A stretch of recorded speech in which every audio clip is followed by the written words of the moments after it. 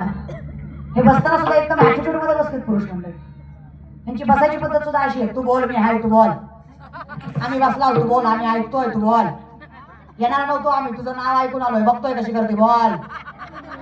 काय बरं काय वाटलं केलं. एक साध्या प्रश्नाचं उत्तर द्या वडील म्हणून, भाऊ म्हणून. पोटच्या पोरीचं भाषण चुकलं तरी टाळ्या वाजवता, हो की नाही? पोटची आहे, रक्ताची आहे, अगदीच तसं आहे.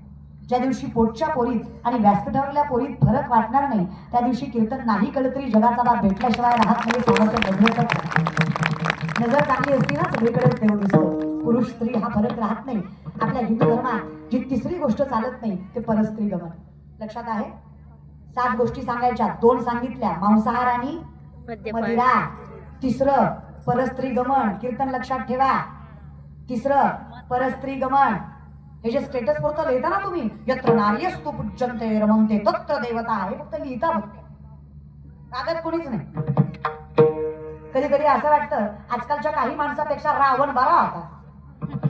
काही म्हटलं मी, बिचाराला मर्यादा तरी कळायची.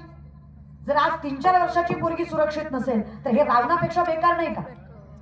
म्हणतो तरी रावणाची पत्नी विचारते रावणाला, स्वामी सीताबाई सारखी देखणी स्त्री ताब्यात आहे तुमच्या, कधी उपभोगाचा विचार नाही आला का? छे ग का हो, तुमची वासना माहित नाही का मला? हजारो बायका महालात आणून ठेवल्यात तुम्ही, एवढी सुंदर स्त्री बघून मन नाही का भाळलं तरी रोखलं ग. घाबरताना रामाला, ए बाई, रामाला घाबरत असतो सीताबाईचा अपहरणच केलं नसतं. माझ्या बहिणीचा अपमान त्याचा बदला, मी रामापेक्षा श्रेष्ठ याची सिद्धता जगाला दाखवण्यासाठी सीताबाईचं अपहरण केलं. पण भान आहे मला, माझी मती थाऱ्यावर, मर्यादा कळतंय मला. जेव्हा सीतामाईच्या दारात उभा होतो तेव्हा भिक्षुकाचं रूप होतं. भिक्षाम देगा माई म्हटलं होतं त्या बाईला.